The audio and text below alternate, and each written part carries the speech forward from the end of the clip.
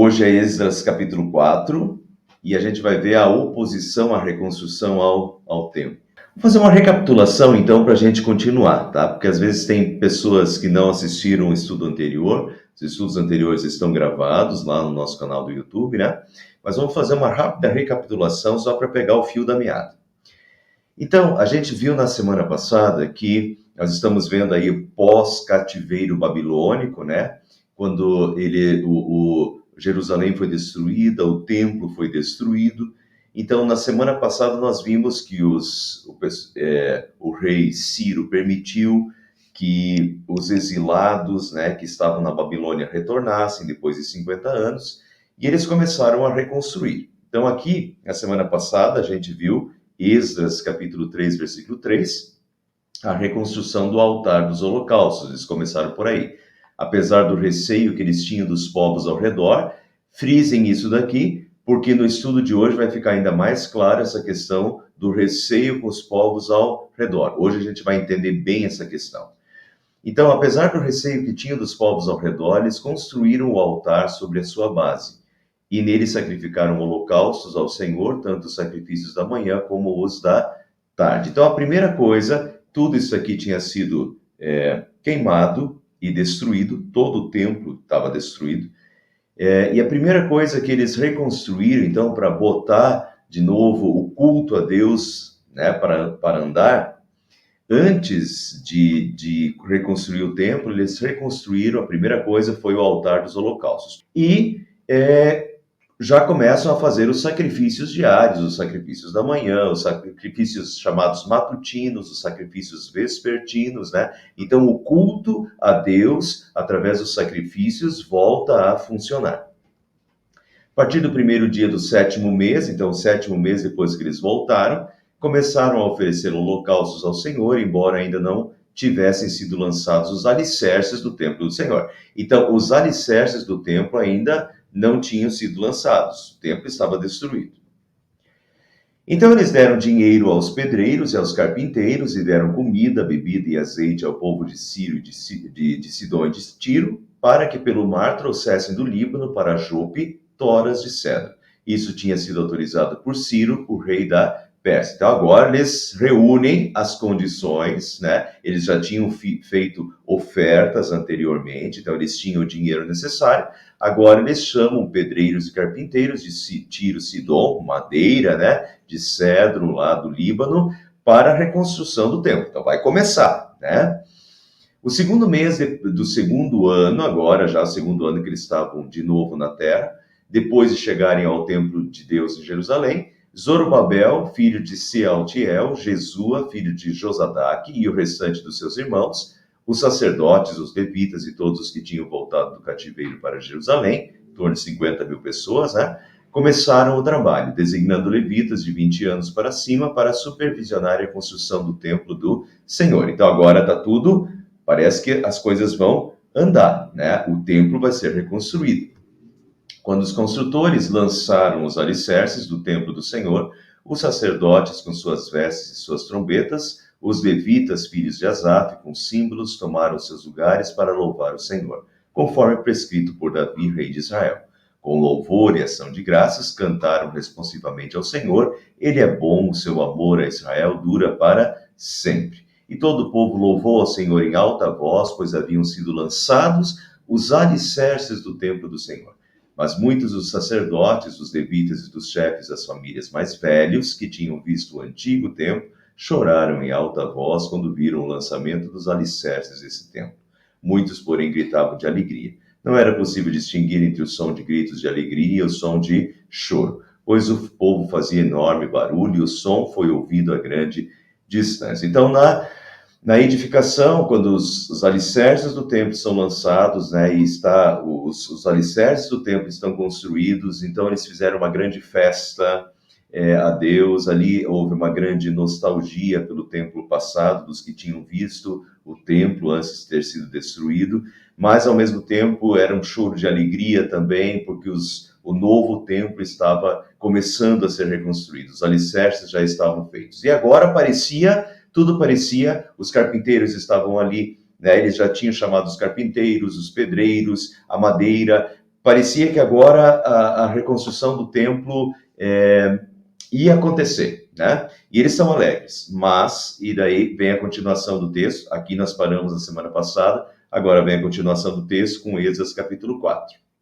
Então, só para relembrar, Ciro, rei da Pérsia, permitiu que eles voltassem em 538 a.C., eles reconstruíram o altar dos holocaustos, primeira coisa, ofertaram e contrataram pedreiros e carpinteiros, colocaram os alicerces do templo em 536 a.C.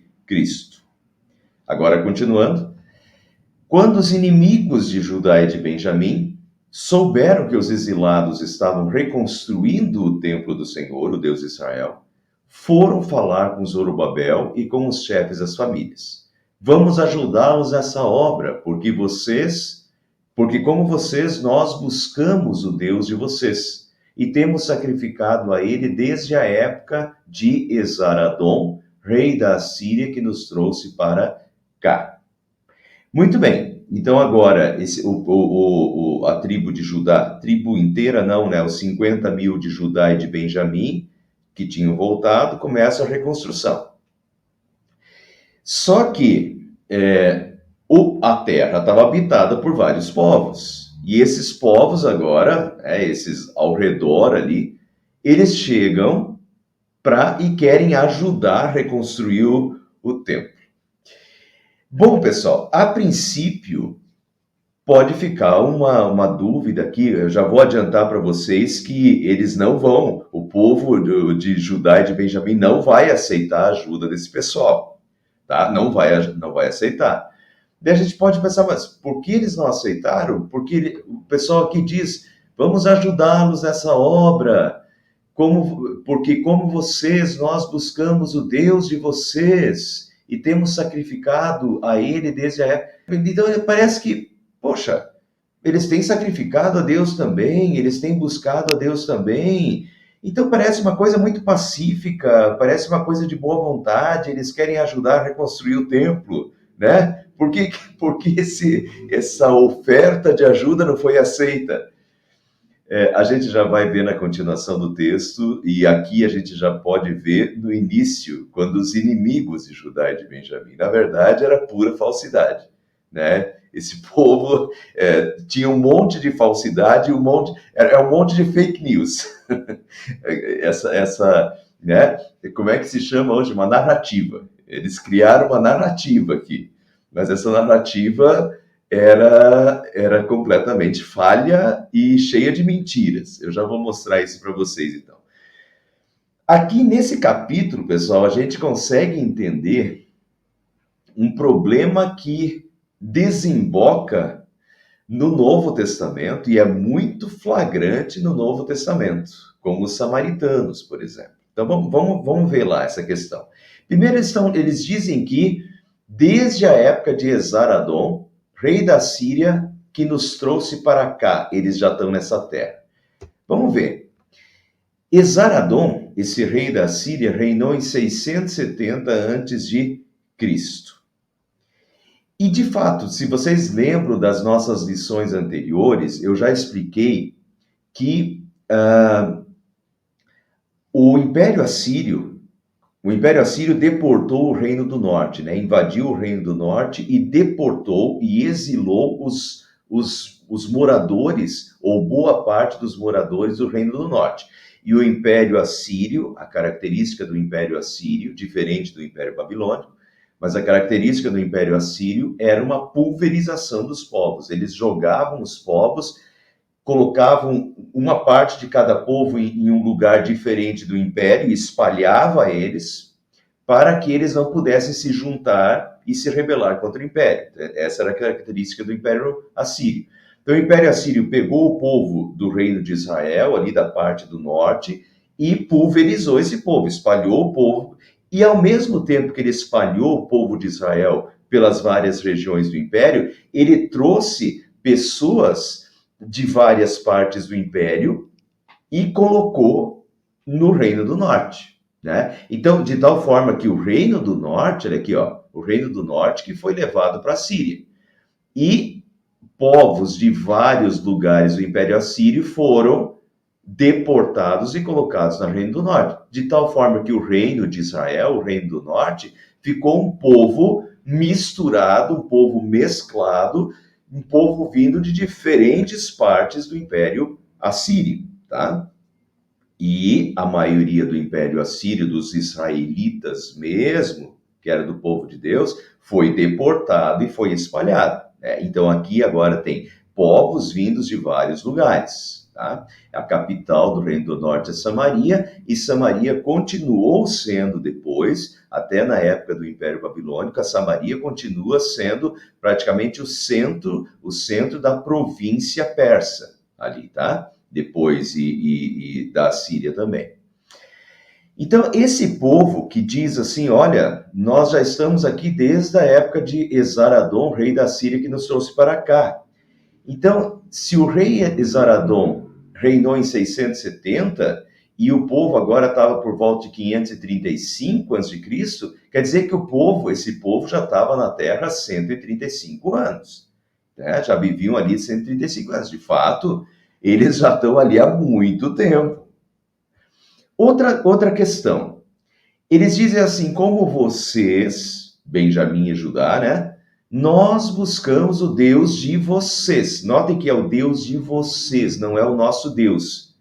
É o Deus de vocês, porque eles são de outros lugares que começaram a adorar o Deus de Benjamim e de Judá, o Deus de Israel. Mas já vamos entender isso aqui melhor. Nós buscamos o Deus de vocês e temos sacrificado a eles. Bom, então, eles realmente se tornaram fiéis a Deus, ao Deus de Israel, ao Deus verdadeiro? A resposta é não.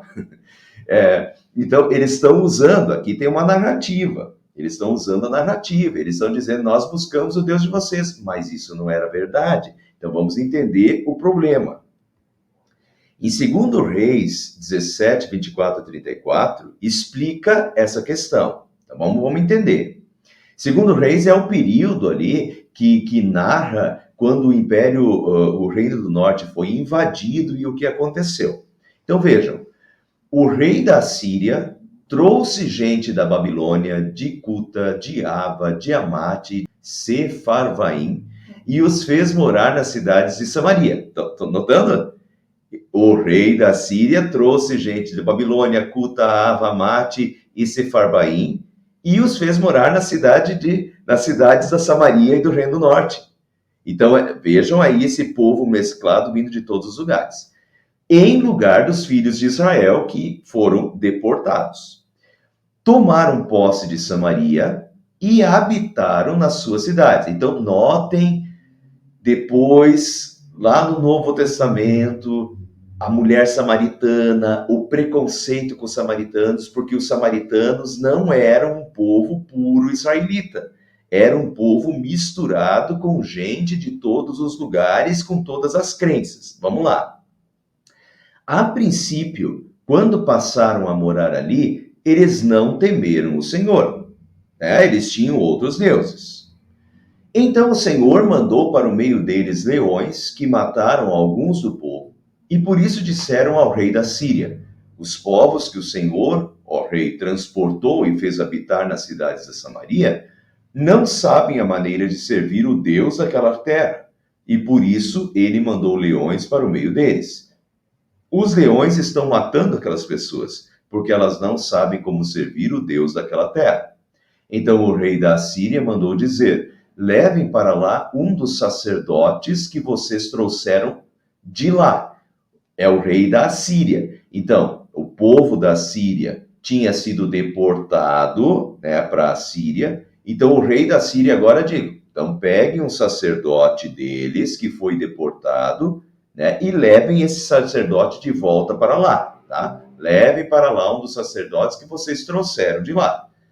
Que ele vá, fique morando lá e lhes ensine a maneira de servir o Deus daquela terra.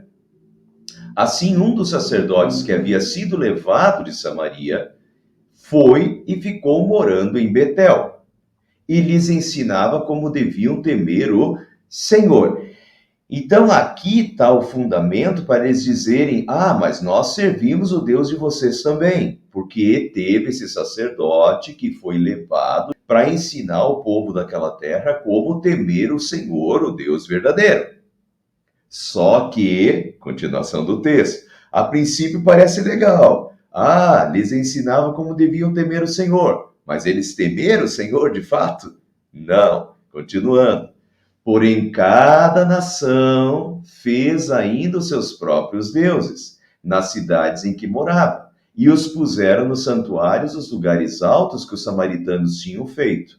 Os da Babilônia fizeram Sucote e Benote, Deus, né, Sucote e Benote. Os de Cuta fizeram Nergal, outro Deus. Os de Amate fizeram Azima, outra Deus. Os aveus fizeram Nibás e Tartaque, outro Deus. E os sefarvitas queimavam seus filhos a Adrameleque e Anameleque, deuses de Sefarvaim. Notem então que esse pessoal, apesar do sacerdote ter sido levado lá para ensinar eles a temer o Deus verdadeiro, eles continuavam com as adorações aos seus deuses falsos, né? Numa verdadeira mistura religiosa, muito semelhante aí à Bahia, por exemplo. A Bahia tem catolicismo misturado com Umbanda, com Candomblé, Maria virou Iemanjá, né?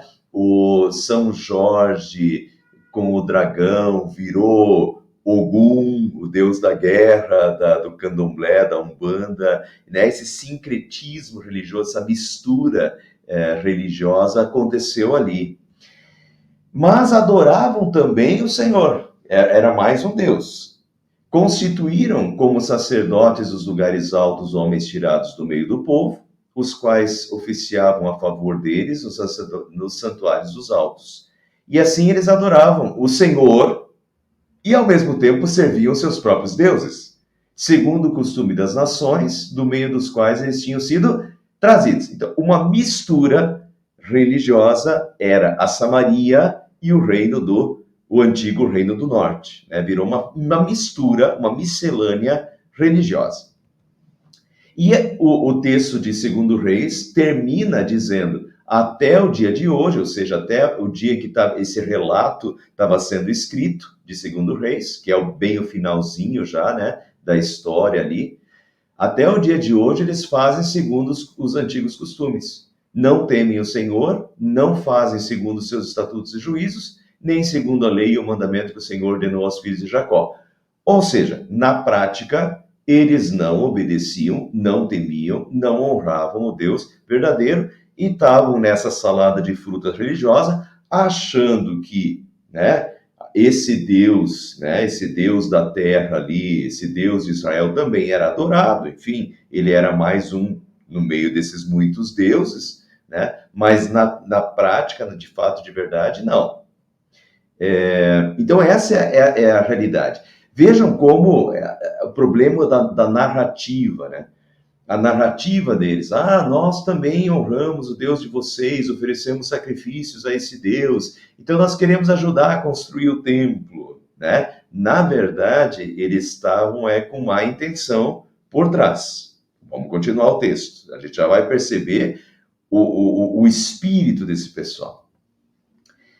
E daí, contudo, Zorobabel, que era o líder ali do povo na volta dos cativos, né, do povo de Judá e de Benjamim, contudo, Zorobabel, Jesua e os demais chefes das famílias de Israel responderam: não compete a vocês a reconstrução do templo de nosso Deus. Somente nós o construiremos para o Senhor, o Deus de Israel, conforme Ciro, rei da Pérsia, nos ordenou. Então, Zorobabel e os líderes não aceitam a ajuda desse povo. E nós já entendemos por quê, né? É um povo com vários outros deuses, agora quer ajudar, depois eles vão se sentir no direito que vão dizer que eles ajudaram a construir o templo e vão começar a colocar os seus deuses dentro do templo também, porque eles ajudaram, uma salada de fruta. Então, a ajuda deles não é aceita.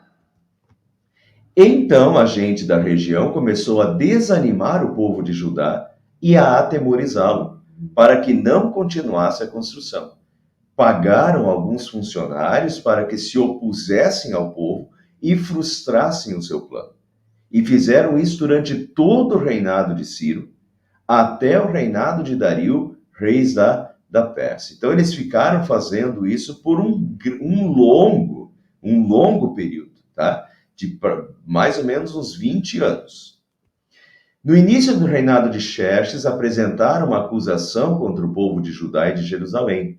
E nos dias de Artaxerxes, rei da Pérsia, Bislão, Mitredate, Tabiel e o restante dos seus companheiros escreveram uma carta ao imperador da Pérsia, Artaxerxes. A carta foi escrita em aramaico, com caracteres aramaicos, que era a língua da época, né? O comandante Reum e o secretário Sinzai escreveram uma carta contra Jerusalém ao rei Artaxerxes. Então, escreveram o comandante e o secretário da região escreveram uma carta contra Jerusalém ao rei, ao imperador do Império Persa, o rei Artaxerxes. O comandante reúne o secretário Sinzai e o restante dos seus companheiros, os juízes e os oficiais de Trípoli, da Pérsia, de Ereque, da Babilônia, os elamitas de Suzã e das outras nações que o grande e renomado Assurbanipal deportou e assentou na cidade de Samaria e noutros lugares a oeste de Eufrates. Escreveram nos seguintes termos. Então veja como esse pessoal aí tá unido contra os judeus e contra a reconstrução de Jerusalém e dos muros de Jerusalém. Então esse povo todo agora está reunido contra a reconstrução. E a carta que eles mandaram para Artaxerxes dizia o seguinte: esta é uma cópia da carta que lhe enviaram ao rei Artaxerxes de seus servos que vivem a oeste do Eufrates. Vamos só entender essa questão do oeste do Eufrates. Então aqui, ó, Império Persa, né, toda essa parte em verde é o Império Persa. A capital do Império Persa é a Babilônia, aqui. Jerusalém está aqui. Então, eles estão dizendo que dos servos que vivem a oeste do Eufrates, a oeste. Então, toda essa região aqui é a oeste do Eufrates. Vejam que o Império Persa se estende bastante para o leste, né? Mas eles estão falando que quem se uniu foi os povos a oeste do Eufrates. Aqui está o rio Eufrates, né? E aqui está o rio Tigre. Eu acho que isso diz um pouquinho para os leitores da Bíblia aí, né? Se a gente voltar lá para Gênesis capítulo 2, a gente tem que o início, o Jardim do Éden estava em meio a 4 rios, e 2 deles eram o rio Tigre e Eufrates.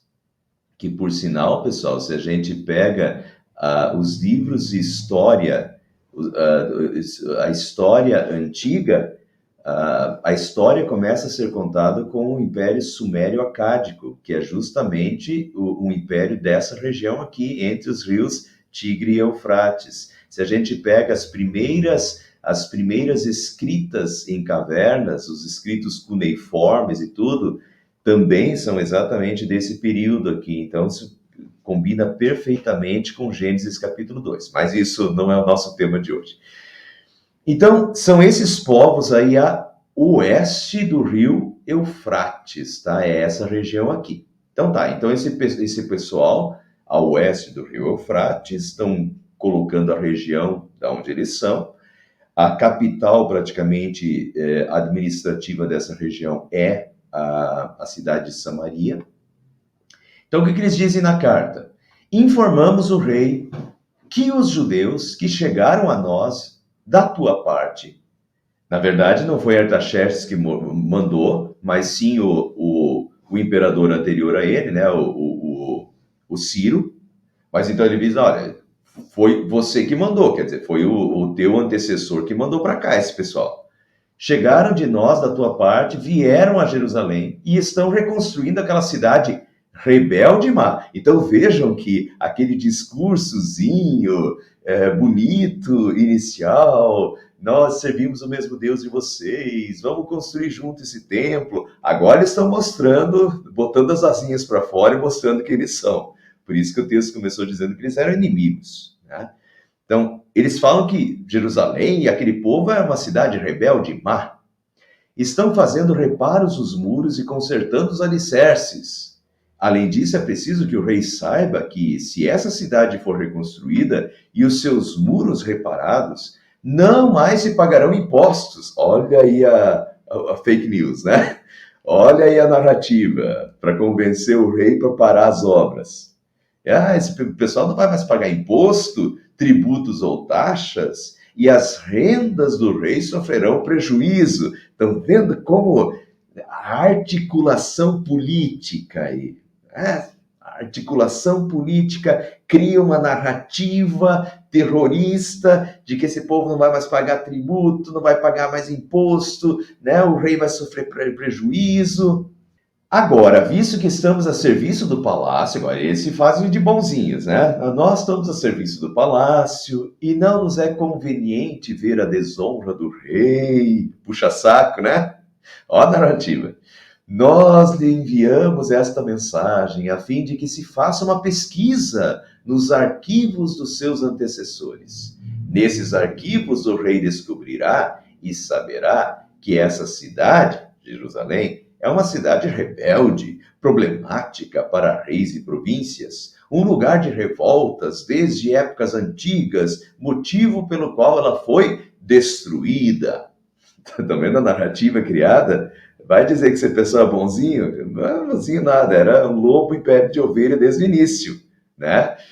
É por isso que Zorobabel e os líderes sacaram qual era deles e não aceitaram a ajuda. E agora eles põem as asinhas para fora, com um monte de falácias, com um monte de mentiras, e jogando com os argumentos. E pedem para o rei consultar sobre Jerusalém. Então, informamos ao rei que, se essa cidade for reconstruída e os seus muros reparados, nada lhe sobrará a oeste do Eufrates. Ou seja, você vai perder essa região toda se você deixar esse povo construir essa cidade, reconstruir essa cidade. O rei, então, enviou-lhes a seguinte resposta: ao comandante Reum, ao secretário Sinzai e aos seus demais companheiros que vivem em Samaria e em outras partes a oeste do Eufrates, saudações de paz. A carta que vocês nos enviaram foi traduzida e lida na minha presença, e sob minhas ordens fez-se uma pesquisa, e descobriu-se que essa cidade tem uma longa história de rebeldia contra os reis, e que tem sido um lugar de rebeliões e revoltas. De fato, o povo Israel não a terra deles era a terra santa dada por Deus, então eles sempre lutaram pela terra, de fato. Jerusalém teve reis poderosos, ele está se referindo provavelmente a Davi e Salomão.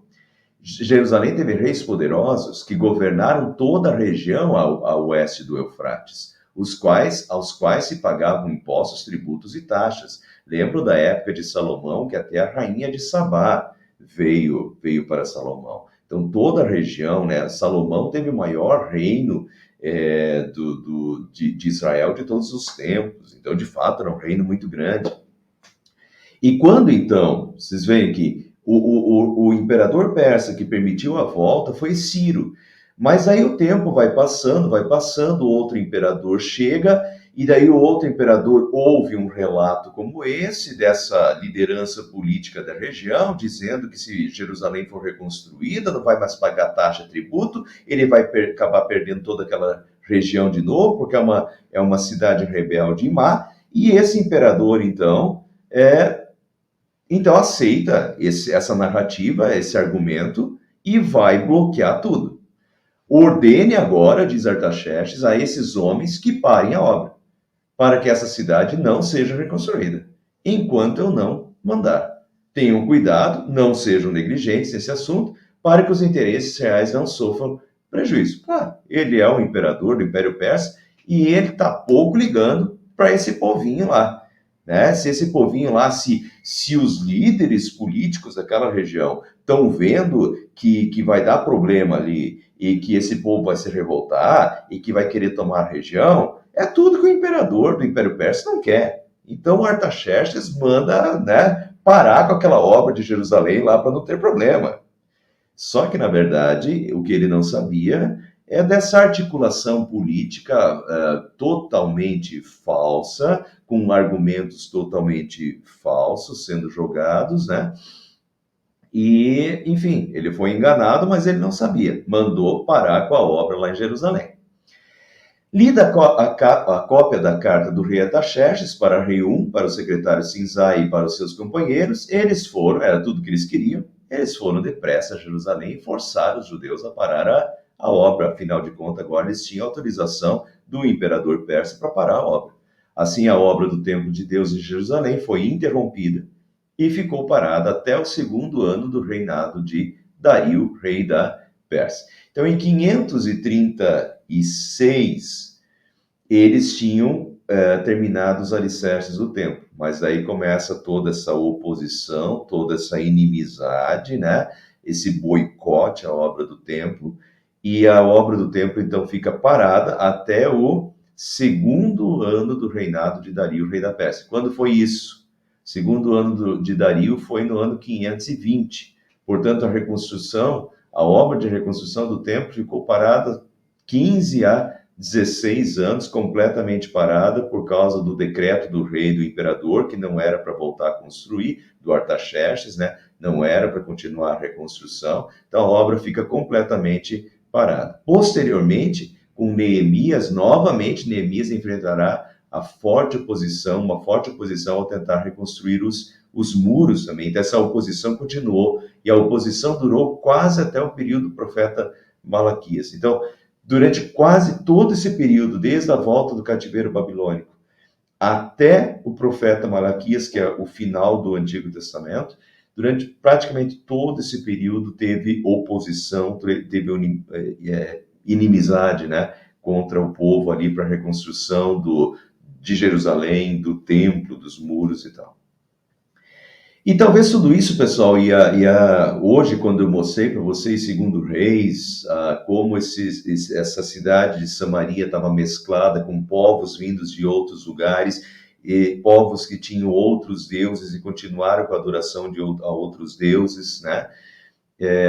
Isso nos ajuda a entender a rixa histórica com os samaritanos. Então, na época de Jesus, tinha judeus que nem passavam pela Samaria. Eles davam a volta, eles cruzavam o Rio Jordão, eles davam uma volta imensa, mas eles nem punham os pés na Samaria. Samaria era um lugar impuro para os judeus, para os fariseus principalmente, né? Para os mais devotos.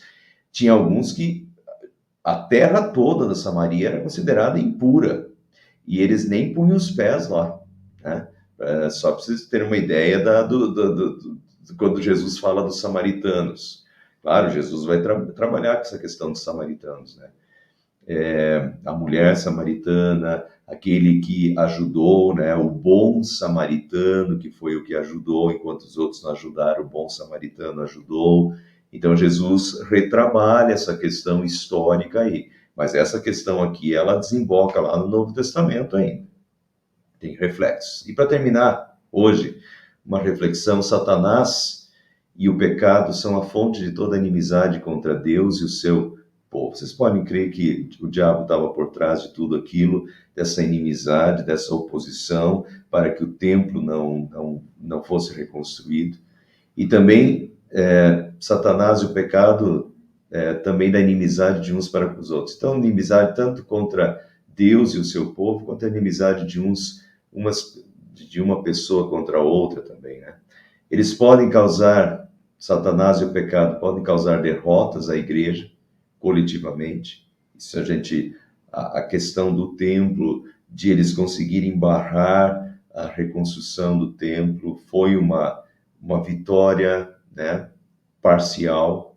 A guerra sempre é vencida por Deus, mas Satanás pode ter vitórias parciais, derrotas à igreja, né, nesse coletivo da igreja, e também aos filhos de Deus individualmente pode acabar causando derrotas. Mas precisamos sempre lembrar que a vitória final é sempre de Deus sobre os inimigos, seja na igreja e seja na vida pessoal. A vitória final é sempre de Deus. O Apocalipse nos mostra isso claramente. A vitória final é sempre de Deus, né? não do diabo. Mas o diabo consegue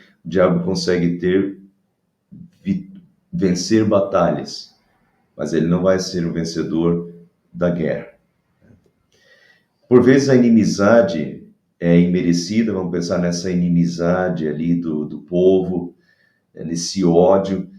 Por vezes a inimizade é até imerecida. Às vezes a inimizade de alguém é merecida. Às vezes a gente fez alguma coisa errada e a pessoa fica com raiva da gente e se torna o nosso inimigo.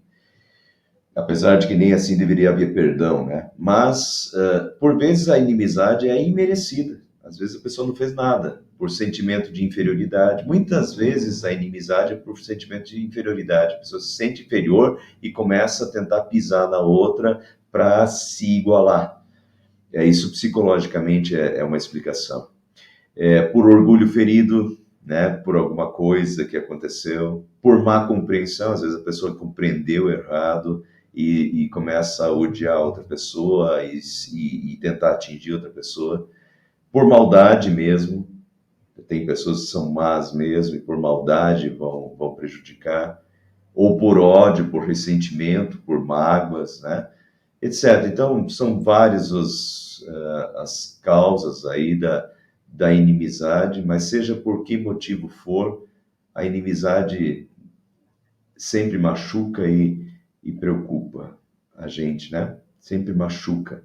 Essa questão de saber que alguém é nosso inimigo, alguém quer o nosso mal, alguém está falando mal de nós, alguém está. Não, às vezes não é só falar, às vezes tem pessoas que não ficam só no falar mal, mas até trabalham contra a gente, às vezes trabalham dentro do emprego para derrubar, às vezes trabalham, né, dentro da família para derrubar. Enfim, essa questão da inimizade é uma coisa que machuca muito, que preocupa muito e deixa o coração inquieto.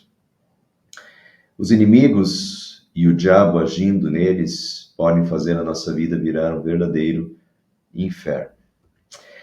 Eu procurei hoje a palavra inimigo. A palavra inimigo aparece 356 vezes na Bíblia, bastante. E isso só é inimigo ou inimigos. Se a gente pegar adversário, são mais 96 vezes. E daí a gente já vai para 300, né? 350, 450, e se somar as duas. Fora várias outras palavras sinônimas que a gente poderia pegar, que falam a mesma, né? Que tem a mesma moral da história. Ou seja, a gente vê que isso sempre aconteceu e sempre machucou e muito os cristãos, o povo de Deus de todas as épocas, essa questão de ter inimigos e de ter pessoas trabalhando, seja fazendo fofoca ou até tentando prejudicar fisicamente ou tentando prejudicar moralmente ou de diversas formas. Essa questão da inimizade é uma preocupação bíblica. E principalmente é um tema frequente nas orações dos salmos. Tem muitos salmos escritos em que se fala de inimizades. Por que eu cito os salmos? Porque os salmos é a vida prática. Os salmos retratam problemas ocorridos. Qual a diferenciação? Deixa eu tentar explicar para vocês. Tem livros históricos, por exemplo, 1º e 2º Reis relata a história. Tem livros, tem os profetas estão falando são a voz de Deus, fazendo as profecias. Tem os livros no Novo Testamento dos Evangelhos, que contam a vida de Jesus, tem os livros de Paulo, que são livros doutrinários. Esses livros, ou são livros doutrinários, ou são livros proféticos, ou são livros históricos. Qual é a diferença para os salmos? Os salmos, eles não são necessariamente doutrinários ou proféticos, os salmos são orações, os salmos são hinos. E nos salmos são pessoas desabafando com Deus, são pessoas abrindo o coração com Deus. Então, é bem interessante que quando as pessoas podem abrir o coração com Deus, como é frequente, dos 150 salmos, essa pesquisa eu não fiz, tá? Mas dos 150 salmos, olha, posso dizer para vocês que são muitos que entra a palavra inimigos no meio. Ou seja, por aí a gente pode ver como isso é frequente na vida humana.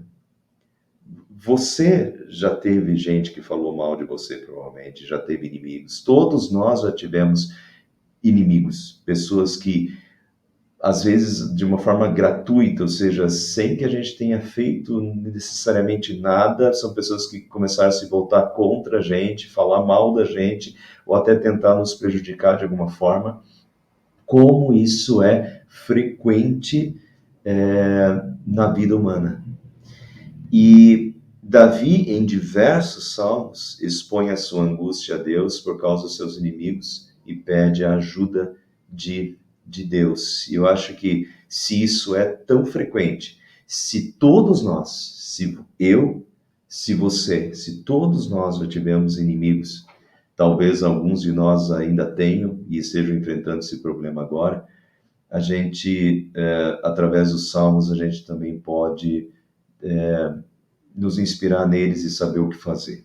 O que fazer é o que Davi fez, é o que o povo de Deus do Antigo Testamento, os salmistas fizeram. É abrir o coração com Deus, é colocar isso perante Deus e é confiar em Deus também, de que Deus é por nós. As coisas às vezes não se resolvem de um dia para o outro, mas saber que Deus é por nós e que quem está fazendo o erro e quem está são os outros, são os nossos inimigos, que sejam eles, que não sejam nós, que a gente não esteja cooperando com isso, né, com essa situação. Mas quando a gente não está cooperando por isso, e está orando por isso, vai chegar uma hora que Deus vai agir, né? E daí eu quero terminar com o Salmo 3, que é um salmo de Davi. Salmo 3, Davi diz: ó Senhor Deus, tenho tantos inimigos. São muitos os que se viram contra mim. Mas tu, ó Senhor, me proteges como um escudo. Tu me dás a vitória e renovas a minha coragem. Eu chamo o Senhor para me ajudar. E lá do seu monte santo ele me responde. Eu me deito e durmo tranquilo e depois acordo, porque o Senhor me protege. Não tenho medo dos milhares de inimigos que me ameaçam de todos os lados. Venha, Senhor, salva-me, meu Deus. Tu atacas os meus inimigos, tu humilhas os maus e acabas com seu poder. És tu que dás a vitória. Ó Senhor Deus, abençoa o teu povo. Essa oração, esse abrir o coração com Deus, de colocar diante de Deus, né, que nós temos inimigos e de pedir que Deus proteja, de que Deus cuida e também estar certo de que tu atacas os meus inimigos. Não preciso eu atacar, eu nem devo fazer isso. Jesus não nos ensina a odiar os outros, ensina a gente a amar o próximo e até orar pelo inimigo. A gente não é para atacar o inimigo, mas saber que Deus faz isso e que Deus está nas mãos de Deus. Tu atacas os meus inimigos, tu humilhas os maus e acabas com o seu poder. Deus está vendo as coisas. Eu estou colocando isso diante do Deus que vê tudo, que sabe tudo e que a seu tempo e a seu modo vai retribuir a cada um conforme as suas obras, diz lá no Novo Testamento, né? Saber que Deus cuida de nós e daí a gente pode deitar e dormir tranquilo, pelo menos um paz da alma, que isso não está partindo de nós, de que nós não somos os causadores, pelo contrário, nós estamos orando até para que a pessoa seja convertida do seu mau caminho, ou que Deus coloque um fim na sua perseguição. E Davi teve o resultado das suas orações, né? Davi foi perseguido durante muito tempo, provavelmente até mais de uma vez, né? Mas com o passar do tempo, os inimigos sempre acabavam caindo, né? Ou seja, Deus realmente dá a vitória. Às vezes isso não vem de um dia para o outro, mas confiar em Deus. Isso está nas mãos de Deus e Deus cuida dos seus, de cada um de nós, né? Vamos levar isso a Deus em oração e confiar nele. Amém. Próximo capítulo é já o profeta Ageu, que vai estimular ao povo a recomeçar a construção do templo. Ageu e Zacarias.